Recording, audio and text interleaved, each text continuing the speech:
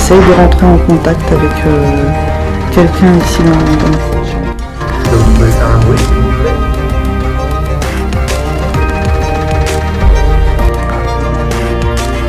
Retransmettre un ressenti, c'est compliqué, c'est impossible. Donc on est obligé de s'équiper en matériel pour être crédible.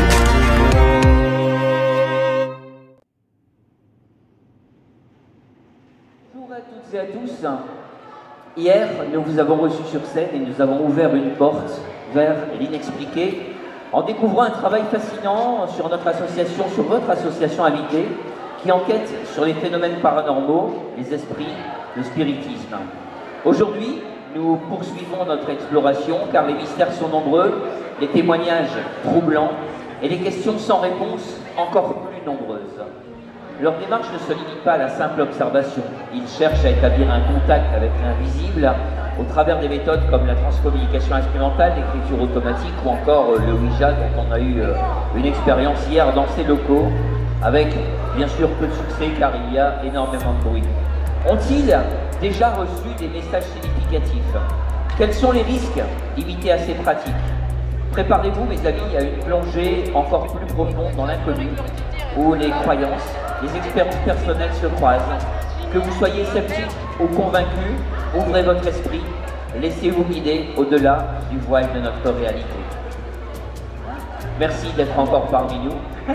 Et on va essayer d'axer, je pense, le dialogue aujourd'hui, peut-être un petit peu plus sur le matériel, le côté matériel, pour essayer de capter donc, ces informations, mais aussi peut-être sur les risques encourus pour un public non initié, car beaucoup achètent du matériel, beaucoup se réunissent en petits comités pour essayer de contacter des esprits, beaucoup pensent que ça ne marche pas, et en fait, on a ouvert des portes, on a invité en nous des entités qu'on ne maîtrise plus. Voilà, je vous propose eh bien, de commencer un petit peu, on aura des questions bien sûr, et est-ce que vous souhaitez développer un petit peu tout ça devant nous maintenant? Sans souci, nous sommes là pour l'autre, nous sommes là pour échanger, pour partager nos expériences. Donc c'est vrai que pour commencer, ce serait bien de parler des protections, oui, des risques. Donc nous, en tant qu'enquêteurs, nous ne sommes pas des novices, ça fait 10 ans qu'on est dans le métier. Donc chacun a ses propres protections. Il existe un nombre incalculable de protections personnelles que l'on peut avoir. Donc certaines personnes utiliseront la lithothérapie, forcément. La lithothérapie, les pierres de protection. D'accord, oui. On a l'obsidienne, le tigre, la tourmaline, enfin, il y a plein de minéraux qui peuvent apporter une protection personnelle. Ensuite, on peut... Est-ce que c'est pas une protection à long terme? Est-ce que c'est une protection immédiate ou Alors, les minéraux se nettoient et se rechargent. Les minéraux, c'est une protection... quel terme utiliser? On va dire... Une protection, mais à temps limité, à durée limitée, en fait, on va dire. On va faire un lieu, ou alors une maison... on va garder cette pierre dans nos poches et après en sortant de là, il faut absolument la nettoyer, la recharger, tout ça. Je pense qu'à chaque fois, c'est ce qu'il faut faire. On ne peut pas garder ces énergies, surtout si c'est des énergies assez sombres. Bien sûr. On ne peut pas garder ça sur nous. Si elle absorbe cette pierre, il faut la nettoyer, effectivement. Bien sûr. Ouais. Exactement. Donc là, c'est l'une des nombreuses protections que l'on peut avoir. Après, selon ses croyances, les croyances personnelles, cela peut être une prière. Une prière peut servir de protection. Il peut y avoir un pendule peut servir de protection aussi. Après, on peut mettre des intentions sur des Je crois que c'est féminin, une pendule. Hein. Voilà, on mettra l'heure. Ouais. Si vous voulez qu'on fasse de l'humour, on bah là, on en a beaucoup. on n'est pas gagné. Hein. Là, c'est mort. Là, Revenons dans le sérieux, s'il vous plaît. C'est ça.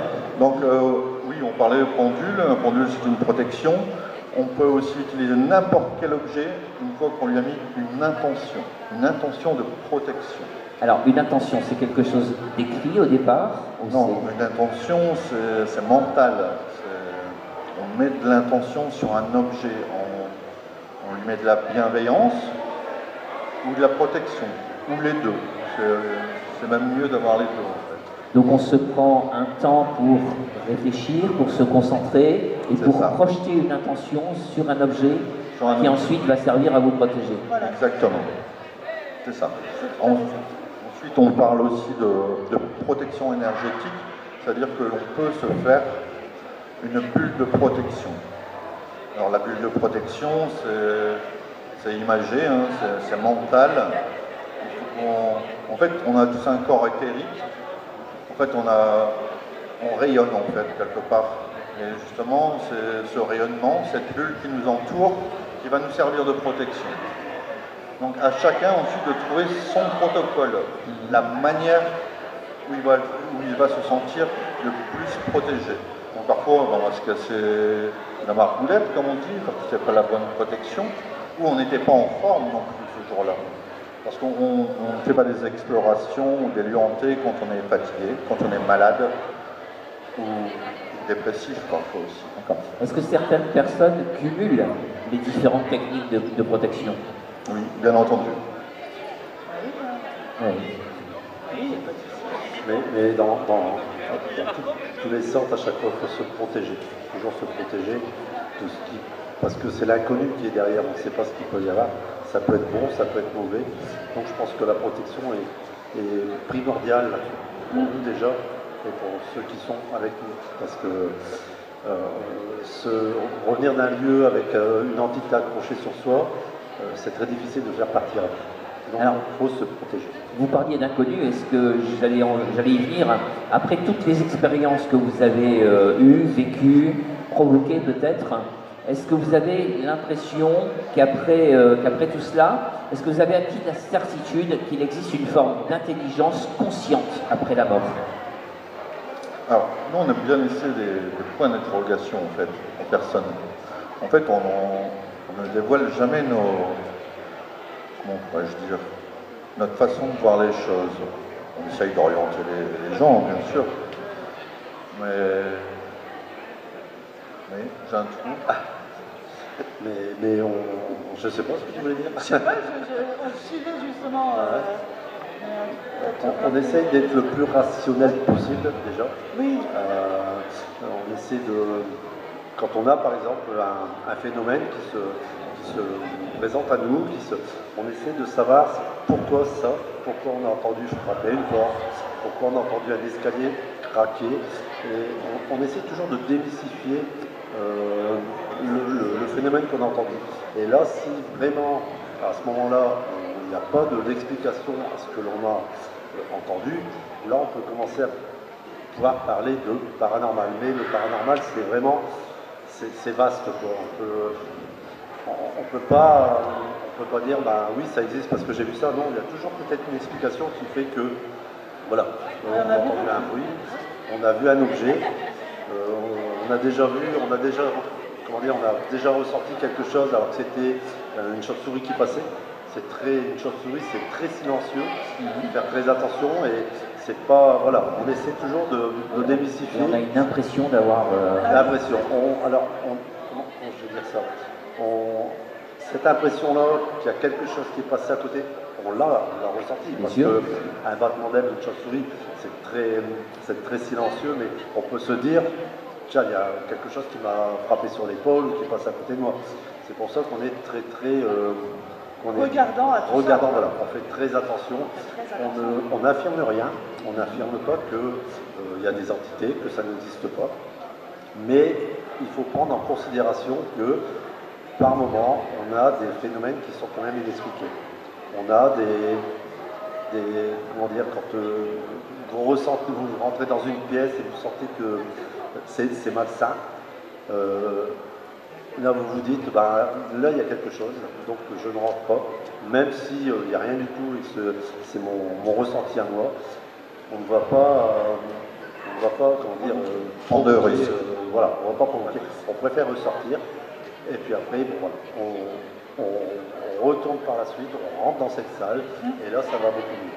Alors, on parlait hier d'endroits malsains, d'endroits où on n'a pas envie de rentrer parce qu'on s'y sent mal. C'est pas forcément des entités, ça peut être aussi ce qu'on évoquait hier, hein, le réseau Hartmann, qui est un champ magnétique tous les 2 mètres sur Terre.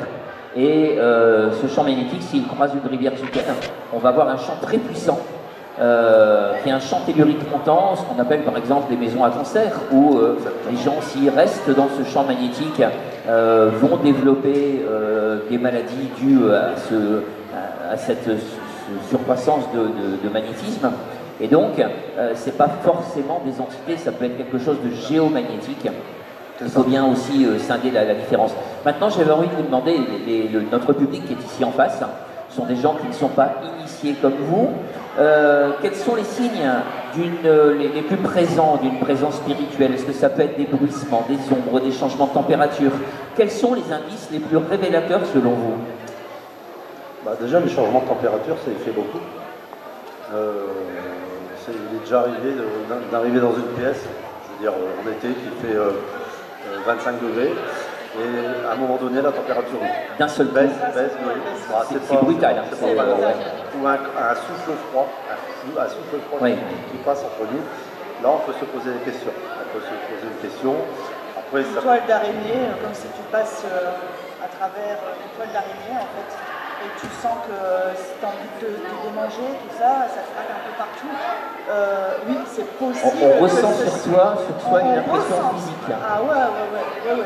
D'où des lieux qu'on fait en général, je ne sais pas, mais à chaque fois je leur dis, là j'ai ressenti quelque chose, une main aussi qui peut se poser sur carrément la main qui se pose, et on sent que l'épaule elle fait ça. Donc oui, on peut, quand c'est chargé, oui on ressent. Bon, après, il ne faut pas prendre peur, il ne faut pas prendre la fuite, il faut faire attention. Il faut toujours être dans la bienveillance. Voilà. Je vous le disais hier, je ressens comme une botte qui vient prendre le pied, la cheville. Et quand on fait ce qu'il faut au niveau de la pensée, ça part, ça fait, voilà. Il y a pas mal de petits signes comme ça qui nous font savoir qu'il y a un truc. Je ne vais pas dire qu'il y a une entité, mais il y a quelque chose. Il faut toujours suivre son intuition. Si tu penses qu'il y a un truc, bon après il faut rester le plus rationnel possible. Si tu pars, on peut partir dans des délires comme beaucoup d'enquêteurs, partir, ça y est, j'ai ressenti ça, on m'a pris les cheveux, on m'a tiré les cheveux, machin. Non, il ne faut pas tout croire et vous ne partez pas là-dedans non plus. Parce que à un moment donné, vous allez vous perdre et personne ne va vous suivre en fait, parce que voilà. Et faire attention, bien sûr, quand on va dans des lieux, il n'y a pas que le spirituellement parlant, il y a aussi les lieux où il y a des trous, qu'il faut faire attention là où vous marchez, il ne faut pas jamais partir seul, il faut toujours, si vous avez envie de partir seul, il faut prévenir les gens qui sont chez vous en disant, voilà, je suis à tel endroit, telle maison, ou tel machin, voilà. Au moins prévenir une personne au cas où, parce que beaucoup d'urbexeurs décèdent dans des lieux, ils tombent d'un toit à cause il y a un trou, ça tombe, il y a eu des morts, et du coup on fait très attention à tout ça. D'où ce qu'on avait dit hier, quand on part en enquête comme ça, on part de jour pour déjà vérifier le lieu, pour reconnaître, s'il n'y a pas dangereux. Dans la nuit, rien n'est pareil, effectivement.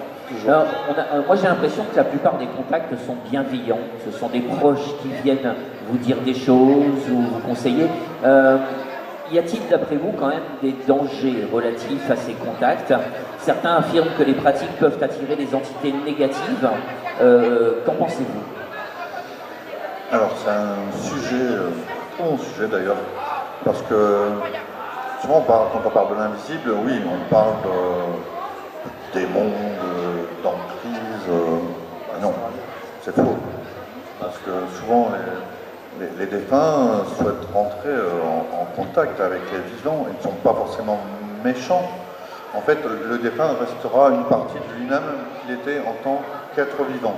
Si c'était quelqu'un de son vivant de colérique, il restera colérique. Une partie d'elle restera colérique. Donc les manifestations violentes qu'on trouve dans certains appartements ou maisons, il ne faut pas forcément en avoir peur. En fait, le monsieur il est colérique Il voit qu'il n'y a personne qui prête attention à lui, donc il veut se faire remarquer en fait, ce monsieur. Qu'est-ce qu'il va faire? Ben, il va faire du bruit, il va faire tomber les objets. Bah oui, ben, regarde-moi, je suis présent, il faut ouvrir les yeux. Donc c'est pas forcément méchant, ils veulent qu'on leur prête de l'attention en fait. Et nous on a eu plein de contacts remplis d'amour en fait, un partage avec des gens. Le mal, oui certes, il existe, c'est comme le blanc, le noir, mais souvent ce sont des entités bienveillantes. Il ne faut pas prendre ça, le cinéma il faut arrêter quoi, ça nous fait une mauvaise pub malheureusement. Surtout les séries américaines. Non. On a toujours l'esprit de l'esprit qui va frapper, qui va faire du mal, qui va entraîner la mort, qui va. Voilà. On est loin de ça. En plus de 10 ans, on a vécu 2 fois le mal. On l'a vu 2 fois. Mais en plus de 10 ans. Donc sur tout ce qu'on a fait en fait. Donc c'est pas tous les jours, toutes les semaines, tous les mois, non. Pas ça du tout. Je pense que vous avez une passion qui vous anime. Est-ce que c'est pas un peu frustrant pour vous d'avoir relativement peu d'observations, d'attendre parfois longtemps pour quelque chose d'insignifiant? Est-ce qu'il n'y a pas une frustration de se dire j'ai pas beaucoup de résultats en fait? Non, parce que c'est le but du jeu. C'est vrai qu'on reste dans des lieux, on est dans des lieux pendant 5-6 heures, on est dans le noir total, on est en immersion. Et on n'a pas toujours de résultats, on n'a pas, malgré nos efforts, malgré nos questionnements, tout ça, leur faisant comprendre qu'on est là en bienveillance, en respect, comme il disait, avec plein d'amour, on les respecte, eux, et eux décident. Et leur maison, et eux décident s'ils veulent nous voir. Mais frustration, non, moi je pense que c'est la règle du jeu, c'est du donnant-donnant. On n'a jamais été frustré on a toujours un petit truc qui fait que même si on est resté pendant des heures. Des fois si on arrête l'enquête, on dit je sais pas. Mais bon, après en réécoutant, parce que les phénomènes on les a pas en direct, contrairement à certaines émissions. Mais c'est en réécoutant nos audios, en regardant nos vidéos, et là on s'aperçoit qu'on a un PVE, un phénomène de voix électronique. Qui s'est perdu quelque part, mais on les a sur les bandes. Et en réécoutant et en analysant, et avec le logiciel qu'on a pour monter les sons, moi il m'est apparu l'autre jour un PVE qui disait « Excusez-moi ». Et je ne l'ai pas entendu pendant que j'étais en enquête. Voilà. Mais rien que d'avoir ça, c'est gratifiant. Parce qu'on n'y est pas allé pour rien, et on a quelque chose. Même si on est allé 5 heures, si on a eu que ça, voilà. C'est pas énorme, mais au moins j'ai « Excusez-moi ». Alors justement, on va venir un petit peu au matériel, on va vous laisser un petit peu de place pour ça. On parlait justement d'être dans le noir. Alors déjà, le commun des mortels, quand on est dans le noir, on a toujours un peu une appréhension, on se dit, on voit pas ce qui va nous arriver derrière, on est toujours un peu plus mal à l'aise dans le noir. Est-ce que vous n'avez pas quelquefois des craintes de se dire, en plus, je suis dans le noir, à des endroits où on dit qu'il y a des esprits, qu'il s'est passé des choses, est-ce qu'il n'y a pas une petite crainte à ce moment-là?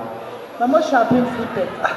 Quand ils me laissent dans une pièce au grenier, seul, ouais. Des moments où, voilà, quand vous avez le pod qui commence à sonner et vous êtes là seul dans le grenier, voilà, on retient son souffle et on essaye on essaye de rester le plus sérieux possible et puis on attaque, on y va, on commence à en parler. Parce que dès lors où vous avez un matériel qui commence à clignoter ou à s'accélérer, là vous êtes obligé. Si vous ne commencez pas l'enquête à ce moment-là, ça sert à rien. Et ce qu'il y a, c'est quand vous êtes chez vous dans le noir, vous êtes chez vous, vous êtes dans votre confort, vous connaissez votre maison, vous connaissez votre pièce, vous connaissez votre chambre. Et quand vous êtes dans un endroit inconnu, là c'est assez impressionnant d'être dans le noir complet, de ne pas connaître les lieux, de ne pas savoir ce qui va vous arriver. Mais bon, c'est gratifiant, mais je ne vais pas dire c'est jouissif quelque part, mais presque. Parce que voilà, on aime bien pas se faire peur, parce qu'à force de faire ce qu'on fait, on a l'habitude du noir, nos yeux s'habituent et nos sens s'ouvrent. Les oreilles sont décuplés. Maintenant, quand on arrive à un moment donné dans le noir, nos yeux s'habituent, donc on perçoit quand même un peu dans le noir. Mais c'est vrai que dans les premiers temps, c'était vraiment impressionnant. Se retrouver dans le noir comme ça, Je me doute. c'est assez impressionnant. Alors une dernière question que j'avais envie de vous poser, c'est, là on va parler un petit peu aussi d'autre chose, parce que il y a l'âme qui nous incarne, hein. Il y a des gens qui pensent, qui croient à la réincarnation, des gens qui ont l'impression du déjà-vu. Est-ce que vous avez pu déjà vous mettre en relation des choses que des gens vous ont dit, en disant, dans une incarnation précédente, j'ai vécu ça, j'ai vécu ça. Est-ce que vous avez pu, vous, avoir une corrélation entre un esprit, entre une communication et ce que la personne aurait pu vous dire de ses incarnations précédentes? Est-ce que vous avez déjà rencontré le cas? Non. On a eu déjà des expériences personnelles, parce que vous parlez de réincarnation. Donc moi j'ai eu ma propre expérience, en fait. On avait 18 ans, on avait 18 ans. Donc je vais vous en dire et je vais vous l'expliquer. En fait, on était partis en vacances dans le Lot, il me semble. Donc nous étions jeunes. Hein. Nous étions 18 ans, je oui, oui. Nous étions accompagnés avec des personnes adultes. Et à un moment sur la route, je dis stop, arrêtez-vous là, mais essayez de vous garer, je connais cet endroit. Ah. Donc on stationne, j'observe le paysage, comme vous disiez, un sentiment de déjà-vu en fait. Et là, je me vois de l'autre côté de la route, sur une colline. Et ce jour-là, il y avait eu une inondation, pardon. Et donc, je m'étais réfugié en haut d'une colline. Ça, c'est dans mes pensées. Hein. Et on interpelle quelqu'un du village. Il me dit, oui, monsieur, ça a été inondé il y a 50, 60 ans en arrière. Oui. Et toute la vallée, l'eau est montée dans la vallée, et il restait que quelques maisons qui ont été sauvées, dont une maison sur une colline. Et donc cette image que moi j'avais, que j'étais sur la colline et qu'on était inondé. Donc c'est un sentiment assez étrange en fait. Bien sûr. Parce que bon, le cerveau est plein de ressources, hein, il peut nous faire croire des choses parfois. Et là, on est resté bouche bée, même notre beau-frère, mon beau-frère et ma belle-sœur qui nous accompagnaient à ce moment-là, ils n'en revenaient pas, quoi. Et en plus, le témoignage d'une personne du village qui confirme mes faits, c'était énorme. Vous avez votre preuve, mais quelqu'un de l'extérieur pourrait se dire, tiens, c'est un adulte, ils savent qu'ils vont à tel endroit, ils ont fait des recherches, ils pourraient dire qu'il s'est passé ça à telle époque. Mais il y a des témoignages d'enfants qui ont des impressions déjà vues sur un autre pays, où les parents ont voulu vérifier, sont allés et se sont rendus compte que les plans, les images, les dessins de la maison, de ceci, étaient totalement vérifiables.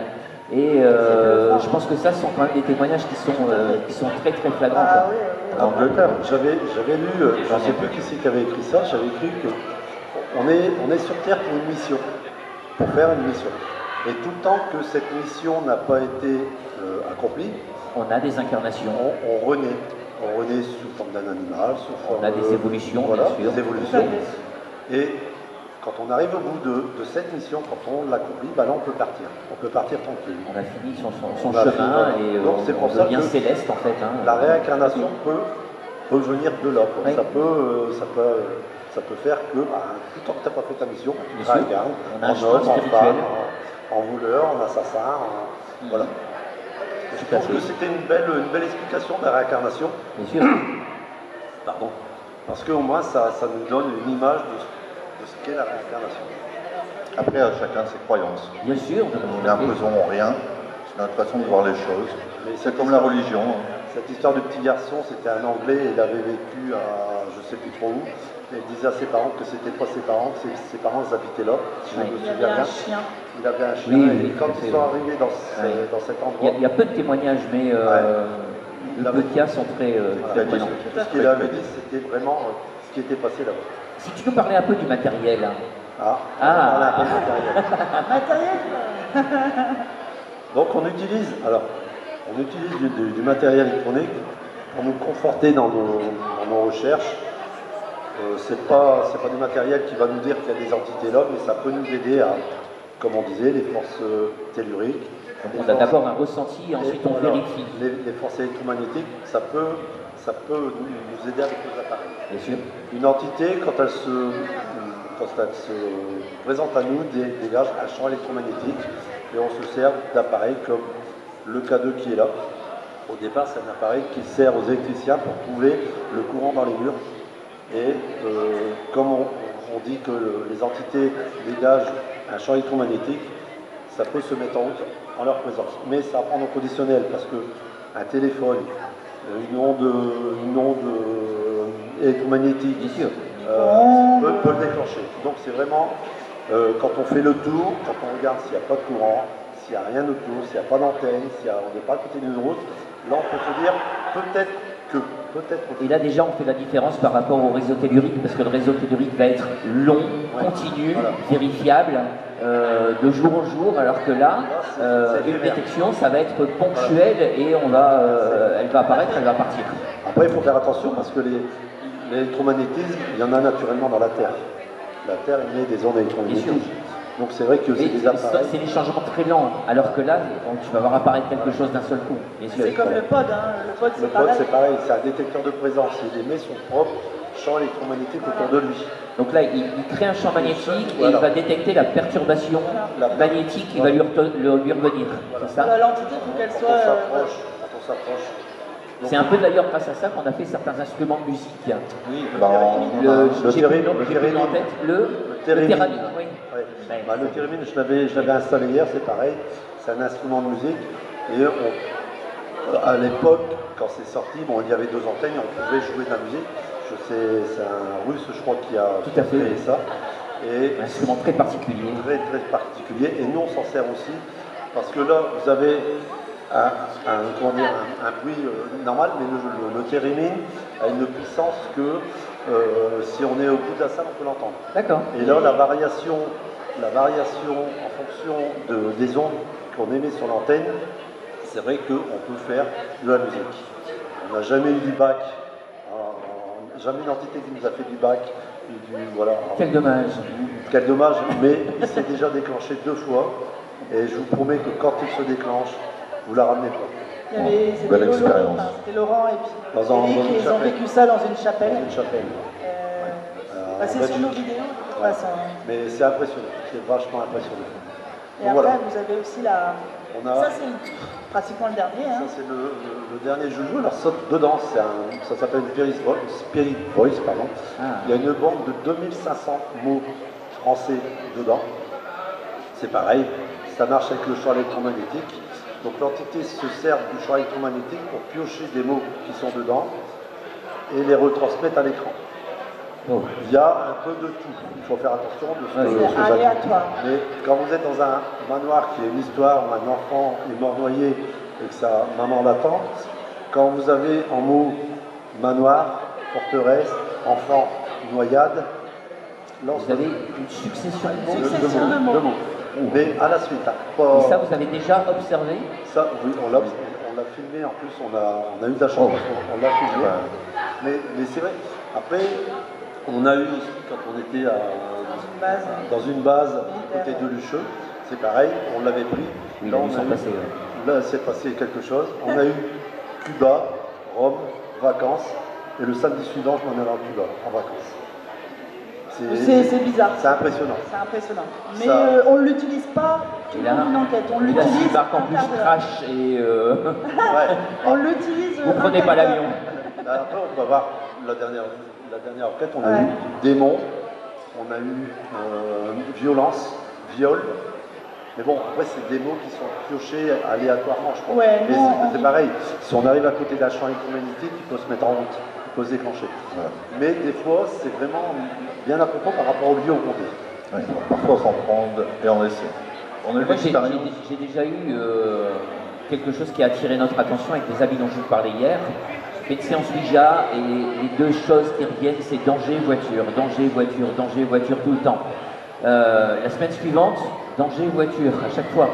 Et on avait eu une Golf à prêter. Ma compagne prend la voiture et d'un seul coup, on était le long du parc Barbu à Roubaix. Le capot, son frère avait vérifié les niveaux d'huile. Le capot était mal verrouillé et d'un seul coup, elle roulait à 40-50. Le capot est venu, comme il s'ouvre dans ce sens-là, il est venu claquer le pare-brise. Et voilà, 2 semaines avant, on avait été prévenu, attention, danger, voiture. Donc c'est bien un ange gardien qui était sur vous et Exactement. qui prévenait que il fallait faire attention. Exactement. Dernière chose qui m'a marqué, mais un truc de fou, un jour, bon, j'ai fait du chantier, j'ai fait de l'alarme. Un jour, je remets ma caisse à outils dans la voiture, un kangou, je claque les portes, je remonte en voiture, je regarde, j'enclenche la marche arrière, la voiture bloquée, verrouillée. Impossible de reculer. Ah, déjà. Je regarde mon frein à main, verrouillé.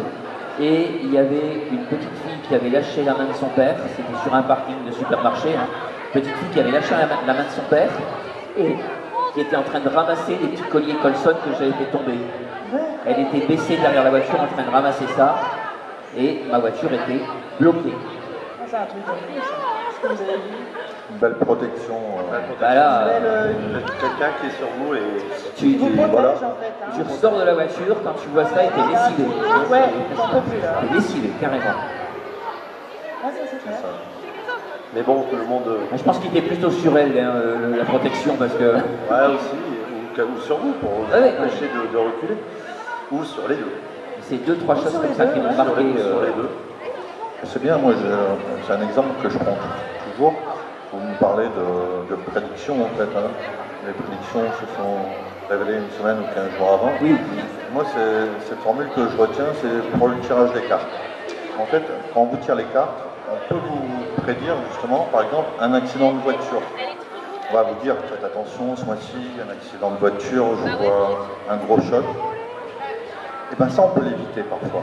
Parce que maintenant, vous avez été averti qu'il allait se passer quelque chose. Donc vous allez être prudent au volant. Vous allez peut-être parfois éviter cet accident. Et par contre, vous allez dire, celle qui m'a tiré les cartes, elle était nulle. Parce que je ne l'ai Parce pas que eu. je l'ai pas vu. Exemple, Parce qu'il ne s'est rien passé. il ne s'est rien passé, mais quelque part, bah si, il avait raison, vous avez pris des précautions et vous avez évité cet accident. Et ça, c'est bien, c'est beau en fait, d'être prévenu, de faire attention en fait. Et du coup, on n'a pas de certitude parce que comme il ne s'est rien passé, bon, Voilà. si ça tombe, il ne se serait rien passé. Exactement. Tout à fait. Et c'est là que vous dites, celle qui m'a tiré les cartes, elle est nulle. Mais non, elle n'est pas nulle, elle vous a sauvé peut-être la vie en fait. Oui. On peut en débattre longtemps. Plein de Ça va se choses, juger. plein de protections, plein de... Alors, il nous reste quelques minutes. Est-ce qu'il y a des sujets que je n'ai pas abordés, que vous auriez souhaité La dangerosité de visiter des lieux, de faire des enquêtes. Il nous est arrivé de faire un sanatorium, un très très grand sanatorium dans l'Oise. Donc c'est pareil, on y va 2 jours, on visite pour voir où est-ce que c'est dangereux, où est-ce que c'est pas dangereux, où est-ce qu'on peut poser nos caméras. Donc voilà, tout se passe bien. Arrivé le soir, on installe notre matériel, on commence à déambuler dans ce sanatorium. Je pars avec le collègue visiter d'autres pièces à l'encontre d'entités, on va dire. Et quand je reviens, il y avait 30 personnes cagoulées, battes de baseball, avec Sandrine et Eric, qui nous attendaient. Bah, ouais, on les a vus arriver, ces gens, il y en a qui étaient saouls, hein. Oui, fortement Mais on n'était pas bien, parce que moi je me suis dit, je suis là, les deux ils sont partis, je suis avec mon mari, je suis la seule femme, 30 qui arrivent avec cagoulé, batte de baseball. Ouais, j'ai eu peur. Là je me suis dit, on peut rien faire. Ouais. On peut rien faire. 34, alors il s'avérait que c'était une bande qui avait donné rendez-vous à une bande rivale Voilà. du village pour se rixer dessus. On a eu la chance, il y avait un chef de bande, on a expliqué ce qu'on faisait, on a bien parlementé pendant une petite demi-heure, et à un moment donné il a dit, bon ben les gars, on s'en va, on va laisser ces gens travailler. Et ben croyez-moi, là vous avez 30 litres d'eau de sueur qui coule de votre front, et vous voulez remballer votre matériel. Oui, effectivement, t'as pas envie de le faire. Bon, on n'a pas eu que ça, hein. On a eu aussi On a eu des junkies, des jeunes qui se promenaient avec leur sachet de drogue. Hein. Ouais, aussi. C'était rempli. Bon. Mais c'est pas ce qui m'a fait peur, moi. Ouais. C'est pas dans le carrosse qu'il y avait, c'est au-dessus, c'était un couteau de 30 cm qu'il y avait. Oh, oui. Ouais. Donc faire du para, c'est bien, faire de l'ubex, c'est bien, mais quelque part, il faut faire très attention. exploitation. À savoir, si vous faites prendre dans un lieu où vous n'y êtes pas invité, vous en ressortirez avec une amende d'à peu près 170 € par personne. Nous, on s'est fait arrêter une fois. Donc nous étions en urbex, dans une maison encore pleine de ces objets magnifiques. Donc on fait notre visite, on shoot, on prend des photos, et tout d'un coup on entend gendarmerie, veuillez sortir. Alors là, pas bien, pas bien. On a 6 à 8 gendarmes qui avaient encerclé la maison. Bon, nous on est sortis la queue entre les pattes, comme on dit, un tout penaud. Alors, pièces d'identité, contrôle de casier judiciaire. Heureusement, casier vierge. Ils ont vu que c'était des vieux, pas des vieux, entre guillemets. On avait des bonnes intentions. Donc, ils nous ont demandé où on avait trouvé ce spot, sur quel site on avait trouvé l'adresse. Donc, on a réussi à leur démontrer que l'adresse avait été publiée sur un certain site et que tout le monde y avait accès. D'accord. Donc, ils nous ont dit, on ne vous verbalise pas pour une fois, mais en revanche, vous prévenez que le site n'est plus visitable, que la gendarmerie a posé les gens de scellé, oui, oui. Sur le site. Donc, on est reparti. Croyez-moi que... Ça fait flipper. Ah, là, On était 5 à 170 balles, ça pique comme on dit. Hein. Parce qu'on nous avait dit que c'était abandonné, en fait, c'était un lieu abandonné, et en fait non, il y avait encore Alors, les carreaux étaient cassés, les portes aussi. ce qu'il faut savoir, c'est qu'on ne fracture jamais un endroit qui est fermé, on ne rentre pas. On ne rentre pas par effraction, on ne casse pas une fenêtre pour y rentrer, c'est ouvert, on rentre. Si c'est clos complètement, on ne change pas, on ne dégrade pas l'intérieur, on ne vole pas non plus.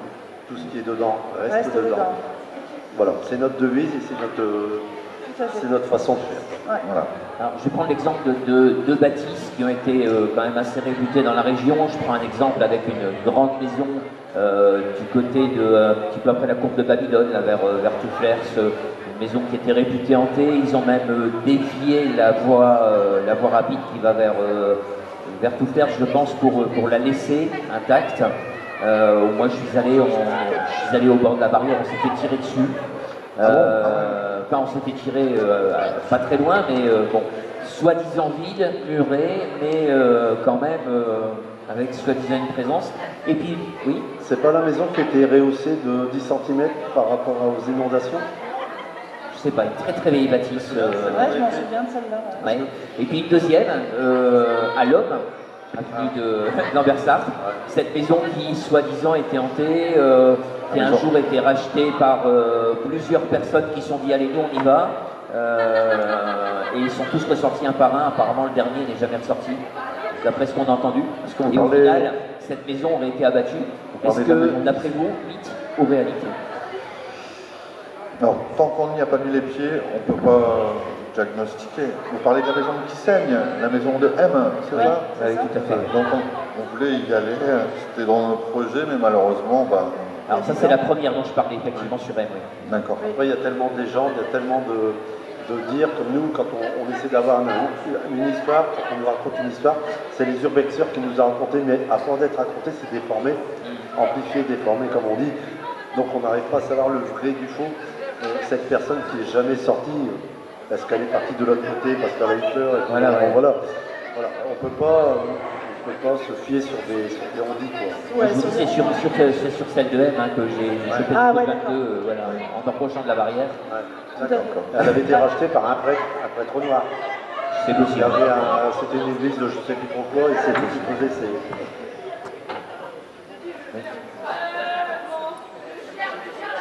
Alors s'il vous plaît, je vais demander au propriétaire d'une Volkswagen rouge immatriculée BK 065 JM de déplacer sa voiture s'il vous plaît, elle gêne la sortie, merci beaucoup. Oh, pas mal. Sécurité. Bien sûr. Sécurité oblige. Donc oui, on peut se méfier Est-ce que dans le public on a des questions qui vous viennent? Je pense qu'on a fait le tour là. Oui. C'est où vous pouvez trouver les lieux en fait? Vous pouvez avoir des... c'est compliqué d'avoir... trouver les lieux. C'est très très très compliqué d'avoir des lieux. Parce que maintenant, c'est tellement dégradé que les gens, les urbexeurs, les enquêteurs de paranormal ne divulguent plus aussi facilement les lieux Où il faut payer. où il faut payer pour avoir accès à une carte, et encore, on ne sait jamais si c'est viable C'est ou vrai. pas. Carte payante pour ça. Ah oui, c'est Ah, payant.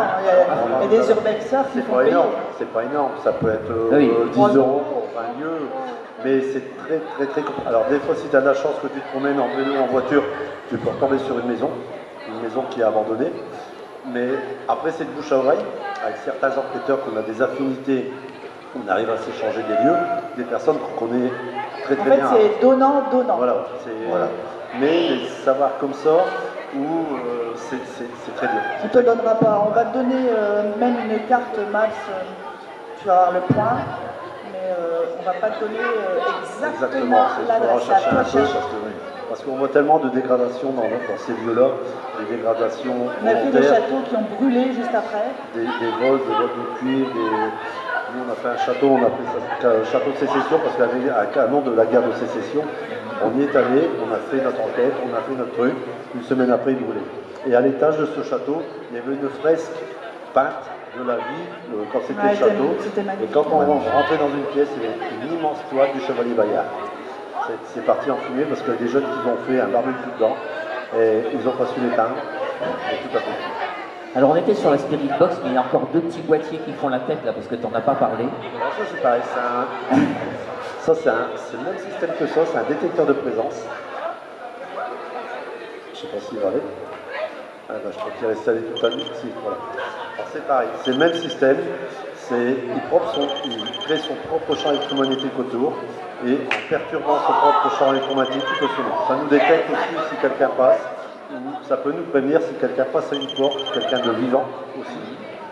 Ça peut être un moyen de mettre une alarme. Va nous alerter en fait. Hein. Soit c'est filmé par une caméra et nous on n'est pas trop loin, on va l'entendre, et là on arrive avec, voilà, pour essayer de rentrer en contact.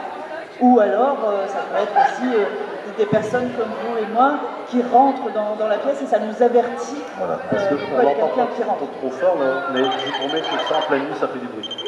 Et ça- Alors là j'ai l'impression qu'on a une caméra d'Xbox là-bas. Alors, ça là-bas, ça s'appelle une Kinect. Une Kinect, hein, c'est ça, hein, c'est bien celle-là. Caméra SLS, bien. Alors c'est pareil, au départ c'est fait pour ceux qui avaient la Xbox 1. Ouais. C'était pour rentrer dans un jeu, ça prenait le spectre de la personne et c'était remodelé à votre image et vous pouvez jouer avec. Voilà, ouais. Et nous, on s'en sert avec un logiciel de chez Microsoft pour pouvoir détecter le spectre des fantômes. D'accord. Entre parenthèses.